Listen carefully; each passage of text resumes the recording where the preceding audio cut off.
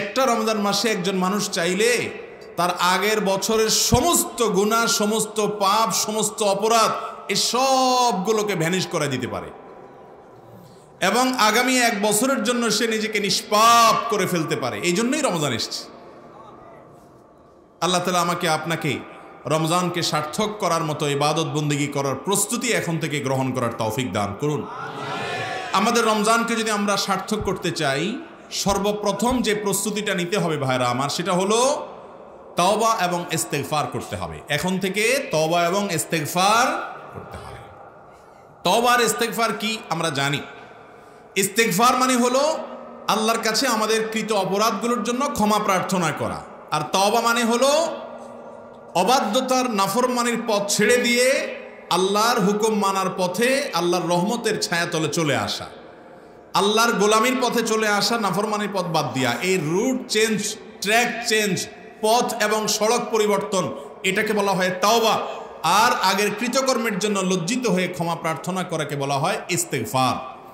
আল্লাহ রাব্বুল আলামিনের নিয়ম হলো, সুন্নাহ হলো যে আল্লাহ রাব্বুল আলামিন আগের কোনো অপরাধ থাকলে সেই অপরাধগুলো অপরাধী হওয়ার কারণে অনেক সময় আল্লাহর রহমত থেকে মাহরুম হয়, বঞ্চিত হয়। অনেক কাজ আছে যে কাজগুলোর কারণে আল্লাহর লানত বর্ষিত হয়, তার মানে আল্লাহর রহমত থেকে দূরে সরে। আর আল্লাহর রহমত থেকে দূরে সরার কারণে রমজান মাসে ইবাদতের মাধ্যমে, আমলের মাধ্যমে আপনার অ্যাকাউন্টকে পরিপূর্ণ করার, রিচ করার, সমৃদ্ধ করার যে সুবর্ণ সুযোগ তৈরি হয়, এই সুযোগ থেকে বঞ্চিত হয় পাপিষ্ঠরা। বছর জুড়ে অপরাধ করে করে, হারাম করে করে আল্লাহর রহমত পাওয়ার উপযুক্ততা হারিয়ে ফেলেছে, আল্লাহর রহমত থেকে দূরে সরে গেছে, লানতের উপযুক্ত হয়ে গেছে।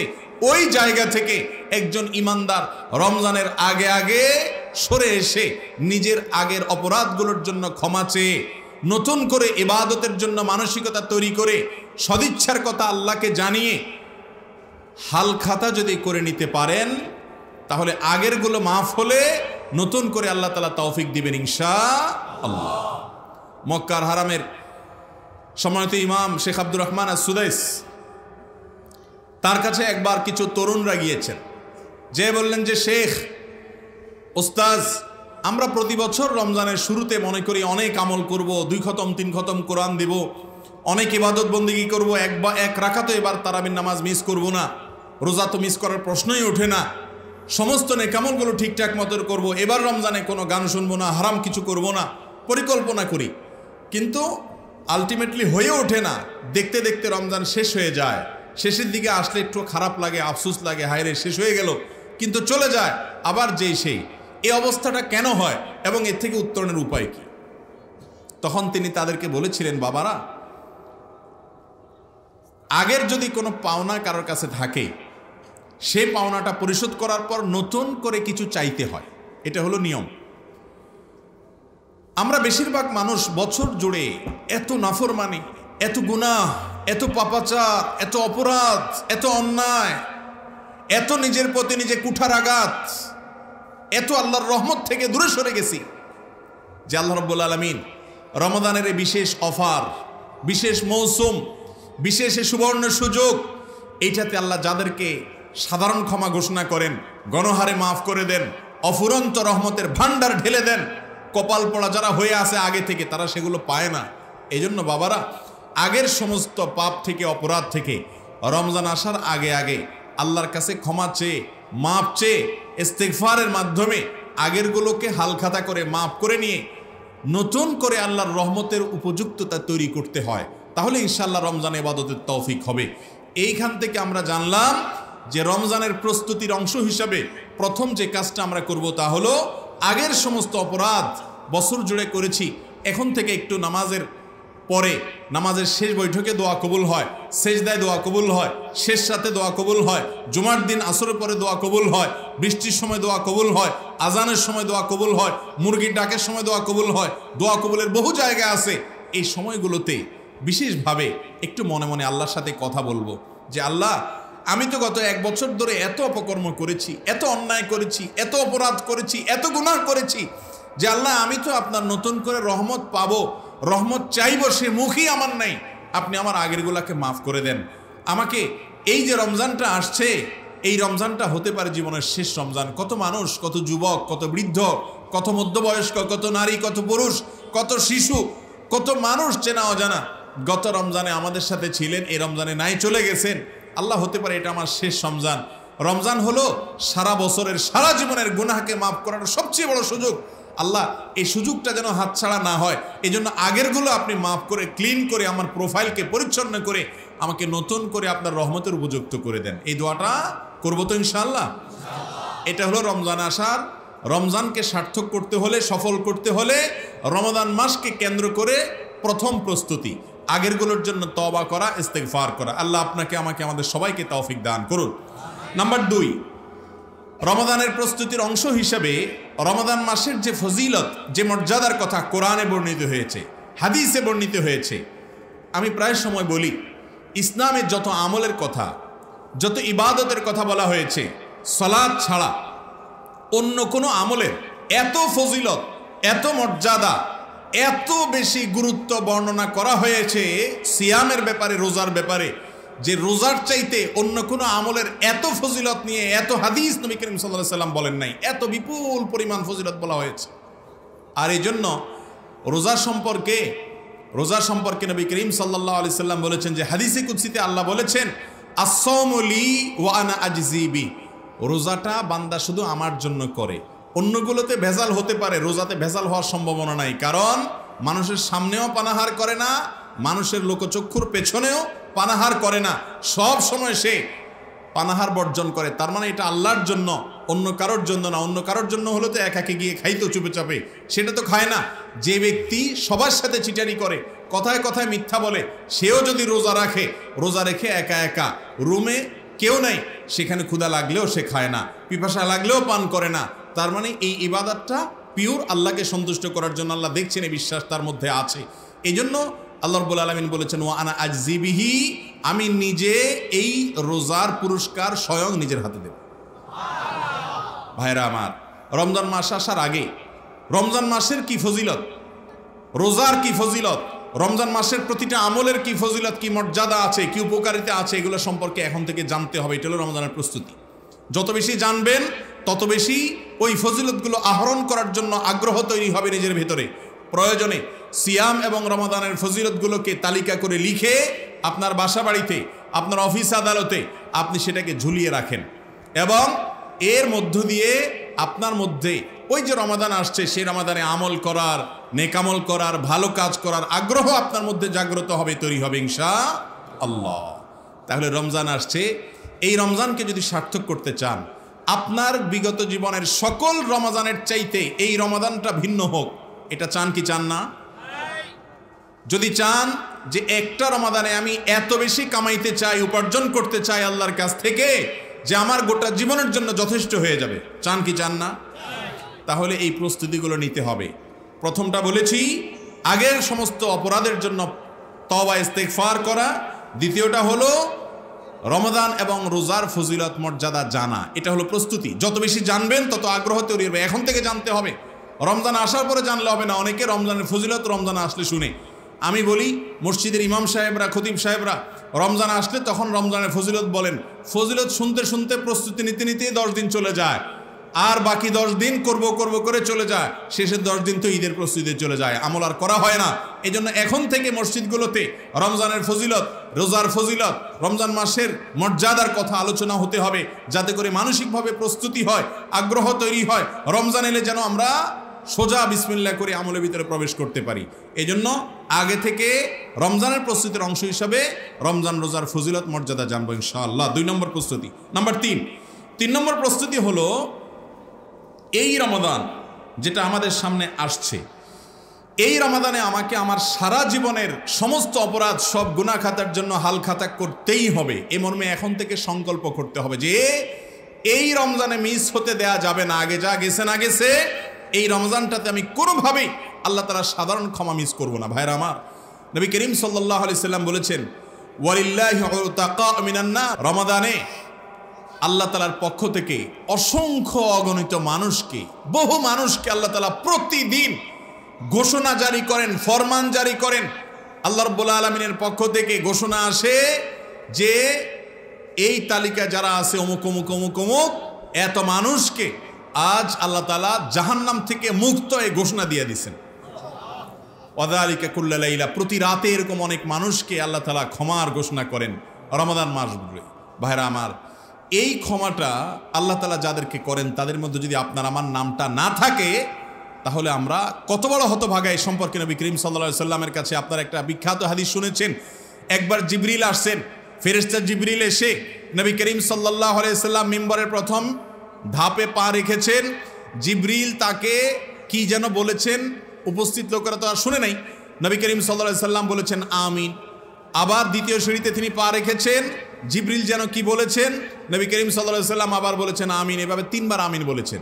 তারপরে জিজ্ঞাসা করা হলো যে ইয়া রাসূলুল্লাহ, আপনি কি শুনে আমিন বললেন, আমরা তো কিছু বুঝলাম না। তখন নবী করিম সাল্লাল্লাহু আলাইহি সাল্লাম বললেন যে আমি যখন মিম্বরের প্রথম ধাপে পা রেখেছি, জিবরিল এসে আমাকে বলেছে বাউদা মান আদরাকা রমাদান ওয়া লাম ইগফার লাহ, ওই ব্যক্তি ধ্বংস হোক, ওই ব্যক্তি ক্ষতিগ্রস্ত, কপাল পোড়া, তার কপাল শেষ হয়েছে, সে ধ্বংস হোক। যে ব্যক্তি রমজান মাস পেয়েছে অথচ আল্লাহর দেয়া সাধারণ ক্ষমা সে পায় নাই। তাহলে রমজান মাসে যদি সাধারণ ক্ষমা না পান, তাহলে নবী করিম সাল্লাল্লাহু আলাইহি সাল্লামের বদদোয়ার ভাগীদার হইতে হবে। রাস্তা দুইটা, এই মাসটাকে কাজে লাগিয়ে ক্ষমা নিশ্চিত করে নেওয়া, অথবা নবীজি সাল্লাল্লাহু আলাইহি সাল্লামের বদদোয়া, জিবরিলের বদদোয়া পাওয়া। এই জন্য একজন ইমানদার রমজান আসার আগে থেকে তওবা এবং ইস্তেগফার করার জন্য সংকল্প করবেন যে এইবার রমজানে কিভাবে তওবা করতে হয়। যেহেতু আল্লাহ সাধারণ ক্ষমা ঘোষণা করেন, আমি এখন থেকে প্রস্তুতি নিব। তওবা এবং ইস্তেগফারের জন্য সবচেয়ে উন্নত ভাষা হলো, উন্নত দোয়া হলো সাইয়্যিদুল ইস্তেগফার। এটা দেখে দেখেও পড়তে পারেন, মুখস্থ না থাকলে অসুবিধা নেই। লিখে আপনি সেটা দেখে দেখে পড়েন, অথবা ইউটিউবে আছে সেখান থেকে শুনেন, আস্তে আস্তে মুখস্থ করে নেন। আরবি না পারলে বাংলা পড়েন। আল্লাহুম্মা আনতা রাব্বি লা ইলাহা ইল্লা আন্ত, হে আল্লাহ আপনি আমার রব, লা ইলাহা ইল্লা আন্ত, আপনি ছাড়া কোনো ইবাদতের উপযুক্ত সত্তা আর কেউ নাই। খালাকতানি, আপনি আমাকে সৃষ্টি করেছেন। ওয়া আনা আবদুক, আমি আপনার দাস, আপনার গোলাম, আমি আল্লাহ, আমি আপনার গোলাম। ওয়া আনা আলা আহদিকা ওয়া ওয়াদিকা মাস্তাতাত, আপনি যে অঙ্গীকার নিয়েছেন আপনার আনুগত্য করার, আপনার রুবুবিয়্যতকে স্বীকার করার, এই অঙ্গীকারের উপর, আপনার সঙ্গে করা ওয়াদার উপরে আমি যতটুকু পেরেছি আমার সাধ্য অনুযায়ী চলার চেষ্টা করেছি। কিন্তু যতই চেষ্টা করি না কেন, ভুল তো হয়েছে। আবু উলাকা বিনিআমাতিকা আলাইয়া, আপনি যে অজস্র নেয়ামত দিয়ে আমাকে রেখেছেন স্বীকার করি মালিক। ও আবু বিযামবি, আমার দ্বারা যে অনেক পাপ হয়েছে সেটাও আমি স্বীকার করি আল্লাহ। ফাগফিরলি ফাইন্নাহু লা ইয়াগফিরুয যুনুবা ইল্লা আন্ত, অতএব আপনি আমাকে মাফ করে দিন, কারণ আপনি ছাড়া আর কেউ ক্ষমা করতে পারে না। সাইয়্যিদুল ইস্তেগফার, এটা বেশি বেশি করে পাঠ করতে হবে। এছাড়া যে কোনো ইস্তেগফার পাঠ করবেন, এটার জন্য আগে থেকে পরিকল্পনা করবেন। দিনে কমপক্ষে 70 বার রমজান মাসে প্রতিদিন ইস্তেগফার করবেন। এখন থেকে প্ল্যান করবেন, এটা হলো প্রস্তুতি যে এবারের রমজানে আমি আল্লাহর ওই যে সাধারণ ক্ষমা আছে ওইটা কোনোভাবে মিস হতে দেব না। এখন থেকে সেটার জন্য মানসিক প্রস্তুতি নিতে হবে। এটা হলো রমজানের প্রস্তুতি, কারণ রমজান মাসই মানেই হলো অফারের মাস। নাম্বার 4, রমজানের 4 নম্বর প্রস্তুতি হলো আগের রমজানে যদি কোনো রোজা ছুটে গিয়ে থাকে, মা বোনদের তাদের যে মাসিক হওয়ার কারণে রোজা মিস হয়ে থাকে সেগুলো, আর পুরুষরা কেউ অসুস্থ ছিলেন বা অন্য কোনো অসুবিধা ছিল, রাখতে পারেন নাই, জীবনে কখনো রোজা মিস হয়ে থাকলে পরবর্তী রমজান মাস আসার আগে আগে সেগুলো রেখে ফেলতে হয়। আম্মা জানা আয়েশা রাদিয়াল্লাহু তাআলা আনহা থেকে বর্ণিত, তিনি বলেছেন আমার আগের বছরের রমজানের যে রোজা সেগুলো আমি রাখতে পারতাম না, দেরি হয়ে যেত, কারণ নবী করিম সাল্লাল্লাহু আলাইহি ওয়াসাল্লাম আমার সঙ্গে থাকতেন, আর তার উপস্থিতির কারণে আমি তার অনুমতি ছাড়া রোজা রাখা কঠিন ব্যাপার এবং শরিয়া গ্রাহ্য নয়, তো সেজন্য আমি অপেক্ষা করতাম। শাবান মাস আসলে নবী করিম সাল্লাল্লাহু আলাইহি সাল্লাম বেশি বেশি রোজা রাখতেন, তিনি নিজেও রোজা রাখতেন। এই সুযোগে আয়েশা রাদিয়াল্লাহু তাআলা তার কাজা রোজাগুলো রাখতেন। এই জন্য শাবান মাস আসছে, রমজানের প্রস্তুতির অংশ হিসাবে 4 নম্বর যে প্রস্তুতি তা হলো আগে যদি কারোর কাজা রোজা থাকে সেগুলো এখন রেখে ফেলবেন, যেন আগামী রমজানের পর না হয়, তার আগে আগে রেখে ফেলতে হয়। যদিও যাদের রোজা কাজা নাই তাদের আর এই প্রস্তুতির আর ব্যাপার নাই। নাম্বার 5 নম্বর রমজানের প্রস্তুতি হলো যে একজন মানুষ সাধারণ ক্ষমার উপযুক্ততা হারিয়ে ফেলে 2টি ত্রুটির কারণে। বিভিন্ন হাদিস থেকে আমরা জানতে পারি যেই দিনগুলোতে, যে রাতগুলোতে, বিশেষ সময়গুলোতে আল্লাহ তাআলা গণহারে মানুষকে মাফ করেন। 2 ধরনের অপরাধ যারা করেন তাদেরকে আল্লাহ তাআলা গণহারে ক্ষমা থেকে বঞ্চিত রাখেন, এই সুযোগ তাদেরকে দেন না। কারা? 1 নম্বর হলো মুশরিক, আরেকটা হলো মুসাহেন। যে ব্যক্তি শিরকে লিপ্ত এই ব্যক্তি গণক্ষমা পায় না। নাম্বার 2, যে ব্যক্তির অন্তরে অন্যদের প্রতি শত্রুতা আছে, বিদ্বেষ আছে, হিংসা আছে, এই ব্যক্তি গণক্ষমা পায় না। রমাদানের প্রস্তুতির অংশ হিসাবে এই দুটি কাজ করেন, নিজেকে শিরক থেকে পরিচ্ছন্ন করেন এবং কারোর প্রতি কোনো শত্রুতা, কোনো বিদ্বেষ, কোনো হিংসা যদি থাকে হিসাব করেন কার সঙ্গে আপনার লড়াই আছে, কার সঙ্গে আপনার মানসিক দূরত্ব আছে, কার প্রতি আপনার হিংসা হয়, কাকে আপনার শত্রু মনে হয়। রমজান উপলক্ষে সাধারণ ক্ষমা আপনিও করেন, যে আমি সবার ব্যাপারে মাফ করে আমার অন্তরটাকে পরিষ্কার করে নিলাম, নিজেকে প্রস্তুত করলাম সাধারণ ক্ষমার জন্য। এটাও রমজানের প্রস্তুতির অংশ, যে আপনি এখন থেকে শিরক থেকে এবং হিংসা থেকে নিজেকে পাক করবেন, শত্রুতা থেকে পবিত্র করবেন, তাহলে আল্লাহর সাধারণ ক্ষমা পাবেন। আর যদি আপনার অন্তরে শত্রুতায় পরিপূর্ণ থাকে মানুষের প্রতি, হিংসায় পরিপূর্ণ থাকে অন্যের প্রতি, শিরকে পরিপূর্ণ থাকে অন্যের প্রতি, তাহলে যত আমলই করেন ওই যে আল্লাহ তাআলা রাতে সাধারণ অগণিত মানুষকে মাফ করে দেয়, জাহান্নাম থেকে মুক্তির পরোয়ানা দিয়ে দেয়, সেই সৌভাগ্যবান মানুষের কাতারে আপনি আমি যেতে পারবো না। এই জন্য রমজানের প্রস্তুতির অংশ হিসাবে এই 5 নম্বর কাজটা করতে হবে। নাম্বার 6, রমজানের প্রস্তুতির অংশ হিসাবে রমজান আসার আগে থেকে রমাদানের যে মাসআলা মাসাইলগুলো আছে সেগুলো জানতে হবে। মাসআলা মাসাইলগুলো জানতে হবে, কিসে রোজা ভাঙে, কিসে রোজা মাকরুহ হয়, কিসে রোজার জন্য ক্ষতি হয়, কোন কাজটা করা উচিত না, কোনটা করা উচিত, এবং বিশেষভাবে রমজান আসার আগে থেকে কিছু রোজা রেখে রিহার্সেল করা, ওয়ার্ম আপ করা, আগে থেকে কিছু প্রস্তুতি নেওয়া, মহড়া দেওয়া। মূল রমজান যখন শুরু হবে তখন রোজা হঠাৎ করে রাখতে অসুবিধা হতে পারে। এই জন্য নবী করিম সাল্লাল্লাহু আলাইহি সাল্লাম শাবান মাসে যে এখন থেকে নফল রোজা শুরু করতেন, সপ্তাহে 1টা রাখেন, 2টা রাখেন, যে কয়টা পারেন রাখেন, এই রোজাগুলো রেখে রেখে রমজানের রোজার জন্য নিজেকে অভ্যস্ত করবেন এবং প্র্যাকটিস করার চেষ্টা করবেন। এটা হলো রমজানের প্রস্তুতির অংশ হিসাবে নাম্বার 6।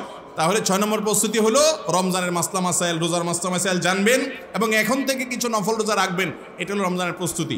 নাম্বার 7 নম্বর প্রস্তুতি হলো প্রতি বছরই আমরা বেশিরভাগ ইমানদাররা আমরা চেষ্টা করি, নিয়ত করি যে এবার রমজানে কিছু একটা করব ইনশাআল্লাহ, কিন্তু শেষ পর্যন্ত বেশিরভাগ মানুষের কপালে সেটা করা হয় না। তো গত বছরে বা তার আগের বছরে, বিগত বছরগুলোতে আমার পরিকল্পনা ছিল কোরআনে কারীম পড়ে শেষ করব, খতম দেব, কিন্তু হয় নাই শেষ পর্যন্ত। হয়তো 3 খতম দেওয়ার নিয়ত করেছি, 2টা পেরেছি, আরেকটা পারি নাই। হয়তো লাইলাতুল কদরের আসার শেষ রাতে আমি মসজিদ ছাড়বো না, ইবাদত ছাড়বো না নিয়ত করেছি, কিন্তু হয় নাই শেষ পর্যন্ত। হয়তো নিয়ত করছি গত রমজান থেকে একটা বদভ্যাস, খারাপ জিনিস, হারাম জিনিস ছেড়ে দিব, কিন্তু পারি নাই, হয় নাই শেষ পর্যন্ত। কেন হয় নাই? এটা এখন থেকে, এই যে এখন থেকে রমজানের প্রস্তুতির অংশ হিসাবে আগের বছরের রমজানগুলোকে অ্যানালাইসিস করেন যে গত বছর আমার রমজানে কেন আমল হয় নাই। ও আচ্ছা, অমুক অমুক দোস্তের পালায় পড়ার কারণে হয় নাই, অমুক অমুক ব্যস্ততার কারণে হয় নাই, ওই কাজটার কারণে হয় নাই। তাহলে এই বছর রমজানের আগে আমি সেই কাজগুলোকে চিহ্নিত করে ওইগুলোর বিরুদ্ধে ব্যবস্থা এবং অ্যাকশনে যেতে হবে, যে সামনের রমজান যেন আমার আর বরবাদ করতে না পারে। সেজন্য এখন থেকে বিগত রমজানগুলো নষ্ট করেছে যে বিষয়গুলোতে, সেগুলোকে চিহ্নিত করে সেগুলোর বিরুদ্ধে নিজে ব্যবস্থা গ্রহণ করব, যাতে সামনের রমজানটা অর্থবহ হয়, ইবাদত বন্দেগীতে বিঘ্ন সৃষ্টি না হয়। কারোর যদি মোবাইলে সোশ্যাল মিডিয়াতে এডিকশন থাকে, নেশা থাকে, যে আমি এটা টিভির ব্যস্ততা ইবাদত বন্দেগী হয় নাই, তাহলে এবার রমজান আসার আগে থেকে প্ল্যান করেন যে সোশ্যাল মিডিয়া থেকে আমি ডিঅ্যাক্টিভ হয়ে যাব, আমার আইডি ডিঅ্যাক্টিভ করে রাখবো 1টা মাসের জন্য অন্তত। আমি নিজেকে এখান থেকে সরিয়ে আনবো। কারোর ফিল্ম দেখার বদভ্যাস আছে, তাহলে ফিল্ম দেখার রাস্তাটা, কানেকশনটা কেটে দেন, ডিশ লাইনটা কেটে দেন। অর্থাৎ এক কথায় ইবাদত বন্দেগীর জন্য যে প্রতিবন্ধকতা গত বছরগুলোতে হয়েছে, সামনে যেন না হয়, এখন থেকে এটা প্ল্যান করেন।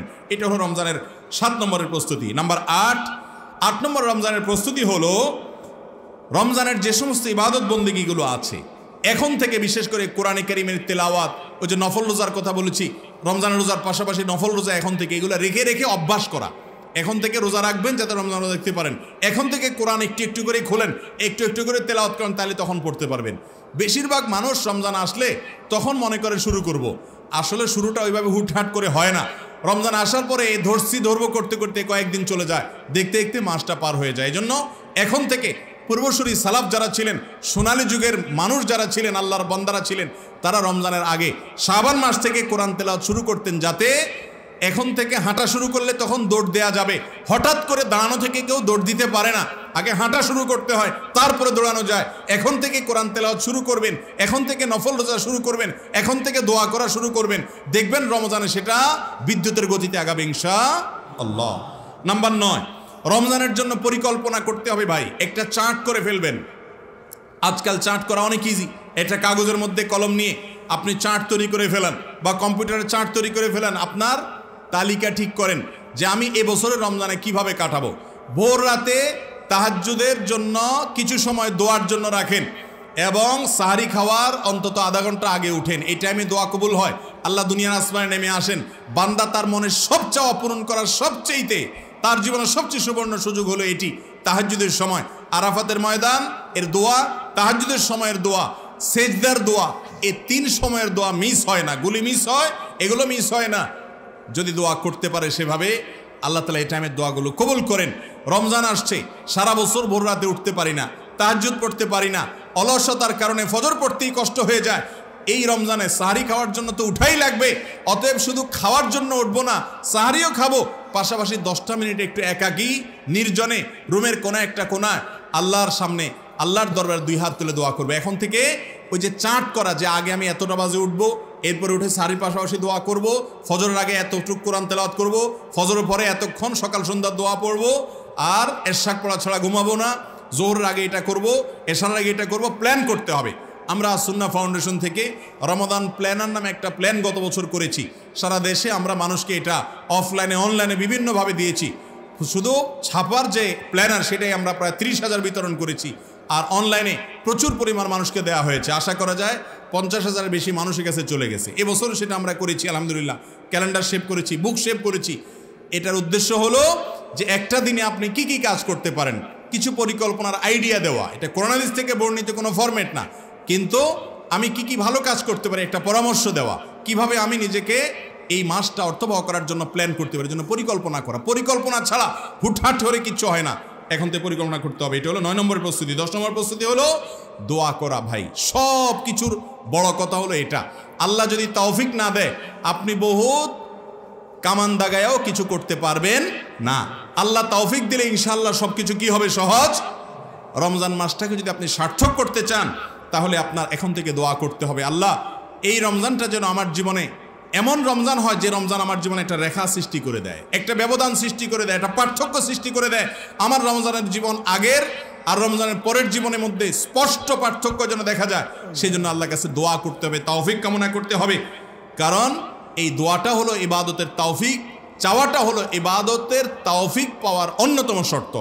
আল্লাহুম্মা আইন্নি আলা যিকরিকা ওয়া শুকরিকা, আল্লাহ আপনার জিকির আপনার শুকর জন্য করতে পারি, ওয়া হুসনে ইবাদাতিক আপনাকে যেন ভালোভাবে ইবাদত করতে পারি, আপনি তৌফিক দিন। আগে থেকে আল্লাহর কাছে দোয়া করে কামনা করতে হবে।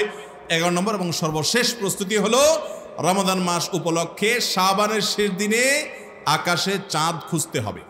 আকাশে কি খুঁজতে হবে ভাই? চাঁদ দেখতে হবে।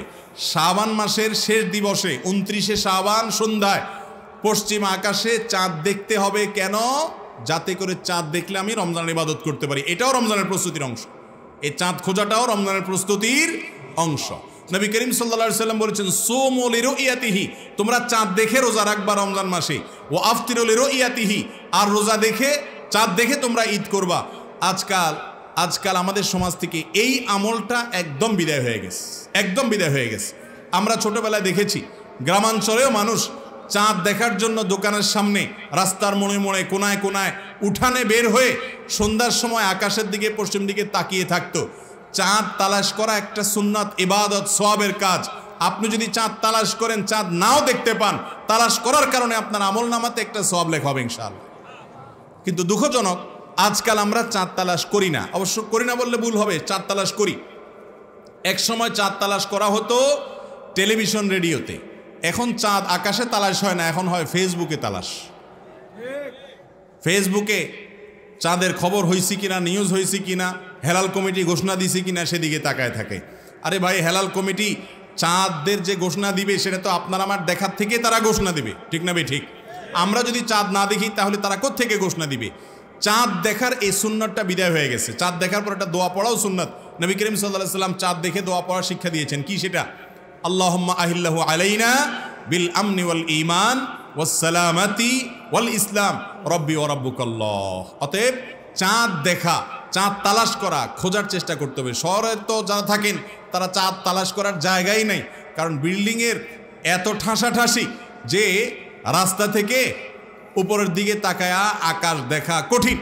কিন্তু চেষ্টা করলে ছাদে উঠে খোলা জায়গায় গিয়ে বড় রাস্তায় গিয়ে একটু তালাশ করতে পারি। আমরা চেষ্টাটা করতে পারি ইনশাল্লাহ। চেষ্টা করবো তো ইনশাল্লাহ সবাই। এই 11টি প্রস্তুতি যদি আপনি এখন থেকে নেন, প্রত্যেকটাকে যদি আপনি বিশেষ গুরুত্বের সাথে দেখেন, আপনি দেখবেন ইনশাআল্লাহ আপনার জীবনে এই যে রমজান, আসন্ন রমাদান, এই রমাদানটা ভিন্ন এক রমাদান হবে ইনশাআল্লাহ। আবার বলছি আমি এক নজরে, 1 নম্বর প্রস্তুতি হলো তওবা ইস্তেগফার করা। আগের জীবনে যা ভুল ত্রুটি হয়েছে সেগুলোর জন্য মাপ চেয়ে রমজানে আল্লাহর তাওফিকের উপযুক্ততা, আল্লাহর রহমতের উপযুক্ততা তৈরি করা, তওবা ইস্তেগফার করা। নাম্বার 2, রমজান মাসের ফজিলত, রোজার ফজিলত, এগুলো এখন থেকে জানতে হবে যাতে করে আগ্রহ তৈরি হয়, এটা প্রস্তুতির অংশ। নাম্বার 3, এই রমজানে কোনো অবস্থাতে আমি সাধারণ ক্ষমা মিস করব না। এখন থেকে তওবার উপযুক্ততা তৈরি করতে হবে, ইস্তেগফারের রিহার্সেল এবং অভ্যাস গড়ে তুলতে হবে, এবং রমাদান মাসে ক্ষমা না পেলে আল্লাহ নবীর বদদোয়া পেতে হবে, সেটা মাথায় রেখে এখন থেকে প্ল্যান করতে হবে যে প্রতিদিন ইফতারের আগে 5টা মিনিট ভোর রাতে বিভিন্ন সময় আল্লাহর সামনে চোখের পানি ফেলে আমি দোয়া করে কাঁদবো, নিজের ক্ষমা প্রার্থনা করব। অনেক কপাল পোড়া আছে, অনেক কপাল পোড়া আছে যাদের গোটা রমজানে একবারের জন্য আল্লাহর কাছে চোখের পানি ফেলে নিজের গুনার জন্য মাপ চাওয়ার তৌফিক হয় না। আছে না নাই?